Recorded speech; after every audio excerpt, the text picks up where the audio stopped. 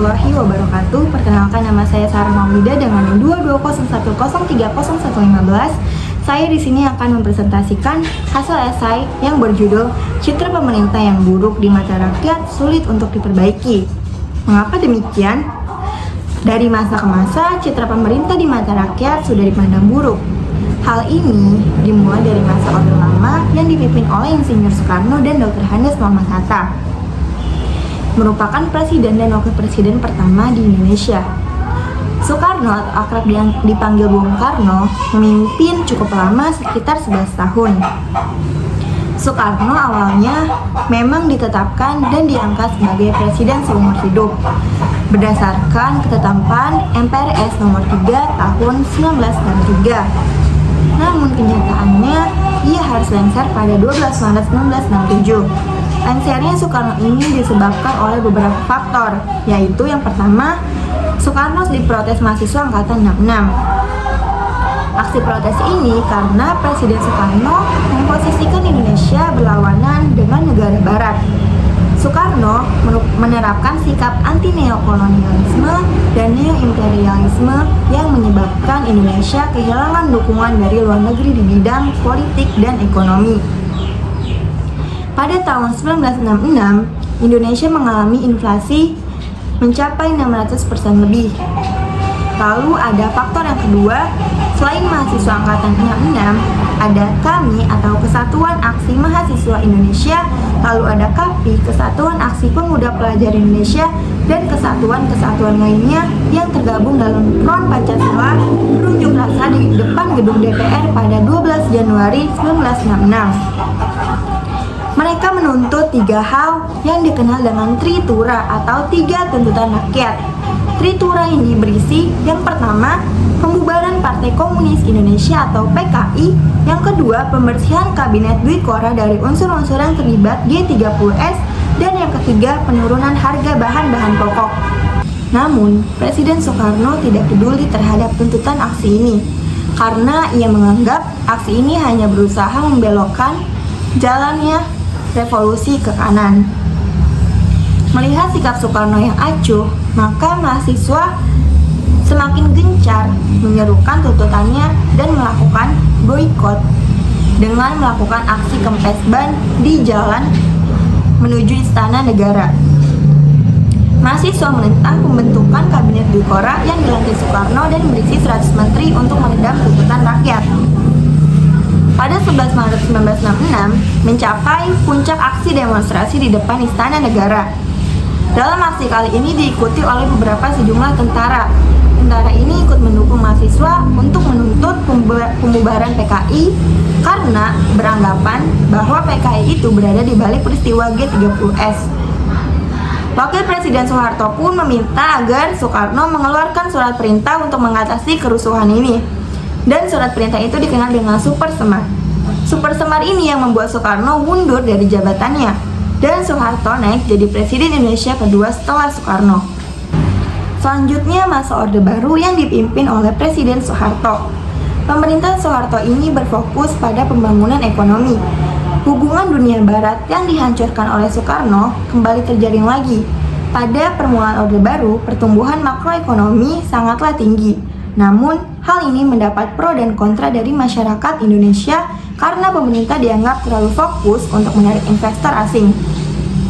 Muak dengan korupsi, kolusi, dan nepotisme atau KKN yang dilakukan pemerintah Soeharto yang dikenal dengan sifat korupnya dengan menawarkan peluang bisnis dan posisi politik agar Soeharto bisa mendapat dukungan dari para elit nasional dan politikus. Selain itu, dalam membuat kebijakan ekonomi, Soeharto hanya melibatkan keluarganya saja dan beberapa konglomerat. Para mahasiswa melakukan aksi demonstrasi lagi pada tahun 98 ini untuk menuntut adanya reformasi sistem pemerintahan Indonesia dan banyak memakan korban jiwa, yaitu 4 mahasiswa Trisakti tewas dalam aksi demonstrasi 98 ini. Hal ini yang membuat mahasiswa semakin emosi. Puncaknya pada tanggal 13 sampai 15 Mei 98 terjadi kerusuhan pembakaran di berbagai kota di Indonesia. Salah satunya kebakaran City Plaza Klender yang memakan 400 korban jiwa. Hingga akhirnya pada 21 Mei 98 Soeharto yakin untuk melepas kekuasaannya setelah 32 tahun menjabat sebagai presiden. Setelah reformasi yang dipimpin oleh B.J. Habibie membebaskan penyampaian pendapat, baik dalam bentuk rapat umum maupun demonstrasi. Bahkan sampai saat ini, pada masa kepemimpinan Joko Widodo, menegaskan pemerintah menjamin prinsip kemerdekaan pers dan kebebasan berpendapat. Kebebasan yang tetap menjunjung tinggi moral dan etika juga tata krama, diatur dalam UUD Pers dan Penyiaran. Pada masa kepemimpinan Joko Widodo, banyaknya pembangunan infrastruktur seperti pembangunan jalan tol, perbaikan pelabuhan, dan pembangunan proyek bandara. Namun, sangat disayangkan pada proses pembangunan infrastruktur ini tidak terlepas dengan korupsi. Salah satunya pada saat pembangunan tol Janalingkar Kota Slawi atau Jalingkos. Di dalam detiknews.com, Bupati Tegal Agus Rianto didakwa menyalahgunakan dana proyek pembangunan jalan sebesar 3,9 miliar. Selain itu, pemimpin Kabupaten Tegal ini juga didakwa mengkorupsi dana pinjaman di Bank Jateng sebesar 2,2 miliar untuk proyek yang sama. Dari kasus korupsi ini yang dilakukan oleh kepala pemerintah daerah Tegal akan berdampak pada semua instansi pemerintahan di Indonesia. Semuanya akan dipandang buruk oleh rakyat, terutama presiden, karena dianggap rakyat tidak mampu mencegah korupsi yang terjadi di Indonesia. Dikutip dari Kompas.com, pada saat peringatan Hari Anti Korupsi Sedunia, Presiden Joko Widodo mengingatkan aparat penegak hukum termasuk KPK sekali lagi jangan cepat berpuas diri, karena penilaian masyarakat terhadap upaya pemberantasan korupsi masih dinilai belum baik. Kita semua harus sadar mengenai hal ini, kata Presiden Joko Widodo dalam konferensi pers tersebut.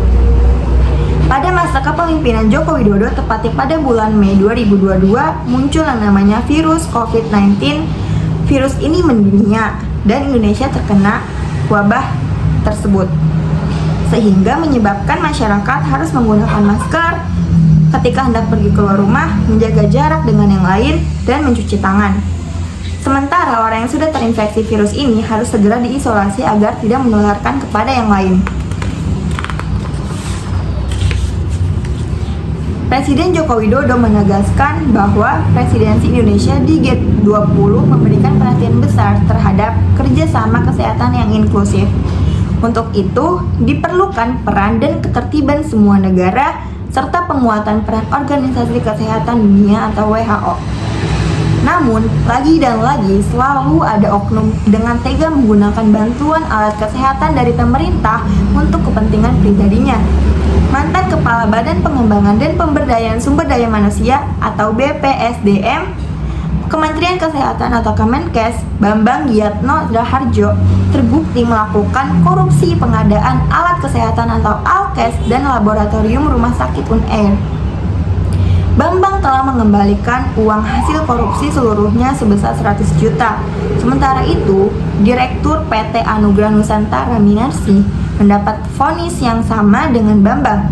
Minarsi diketahui sedang menjalani hukuman di Lapas Pondok Bambu terkait perkara korupsi yang menyeret mantan Bendahara Umum Partai Demokrat Muhammad Nazarudin.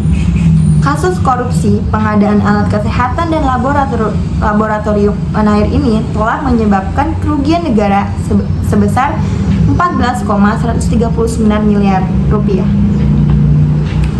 Itu hanya beberapa kasus saja, masih banyak kasus korupsi yang terjadi di Indonesia.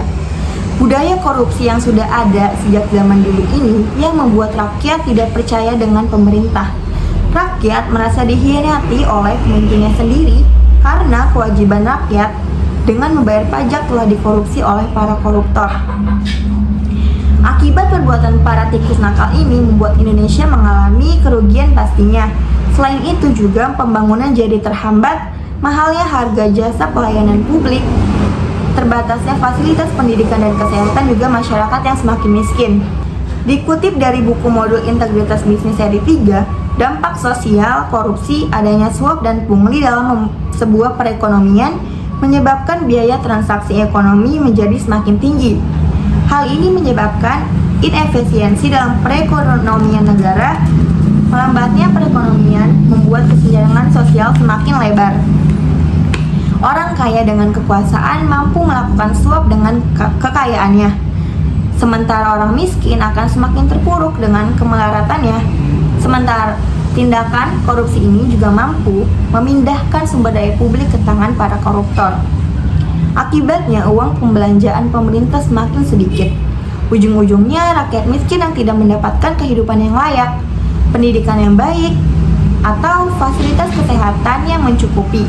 Yang kaya semakin kaya dan yang miskin semakin miskin. Kata versi BC 1840. Untuk membuat citra pemerintah kembali positif lagi, mungkin sangat amat susah. Dikarenakan sudah dari zaman dulu rakyat merasa dihianati oleh para pemimpinnya. Untuk itu, peran humas pemerintahan sangat dibutuhkan dalam menjaga hubungan baik dengan rakyat.